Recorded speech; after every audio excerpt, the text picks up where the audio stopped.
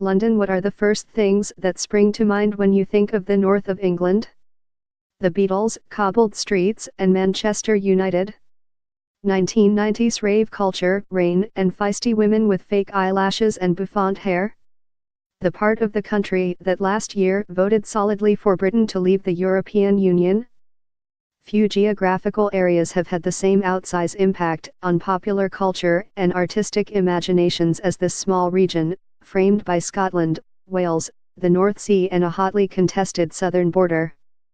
And that is made clear in a new exhibition, North, Fashioning Identity, which opened November 8 at Somerset House.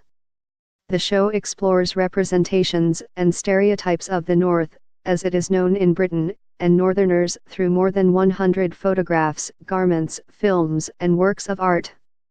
They range from pieces by the fashion designer Paul Smith and the photographer Alistair McClellan, both of whom were born in the region, to designs by those who simply could not shake its influence.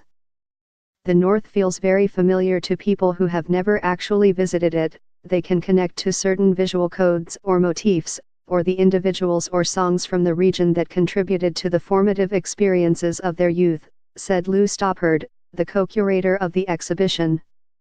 She referred to parkas by the Belgian-born Raf Simons that feature prints by Peter Saville, the art director of the independent Factory Records company in Manchester. He also designed album covers and posters for northern bands like Joy Division and New Order. And designs by Virgil Abloh, the founder and creative director of Off-White, were inspired by the Manchester megaclub Hacienda. RAF came from small-town Belgium and Virgil from the outskirts of Chicago, so both know what it feels to live outside cultural epicenters like London or New York when you are young, Ms. Stoppard said. For those who come from Northern England, or anywhere else in that vein, there is a shared sense that in order to be noticed, you have to work that much harder, be that much tougher. Much of what fuels the North-South divide in this country comes from the nonchalance and entitlement of London.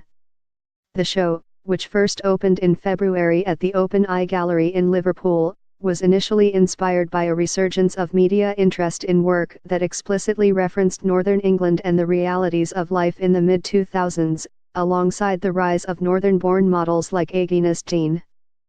But, said Adam Murray, a lecturer at the Manchester School of Art and Central Street Martins, who curate the exhibition with Ms.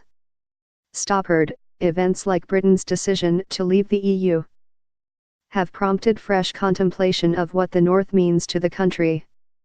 I think people want to both recognize the North more and explore their visions of it again, alongside notions of Britishness and how those are also changing, he said.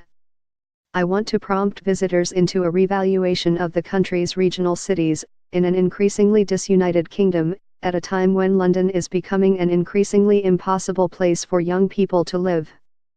One particular highlight is a room filled with the hallmarks of a northern upbringing like bus seats and the working men's clubs, church pews and a grandmother's living room, where visitors can sit and listen to personal reflections on northern identity from the milliner Stephen Jones and the designer Christopher Shannon.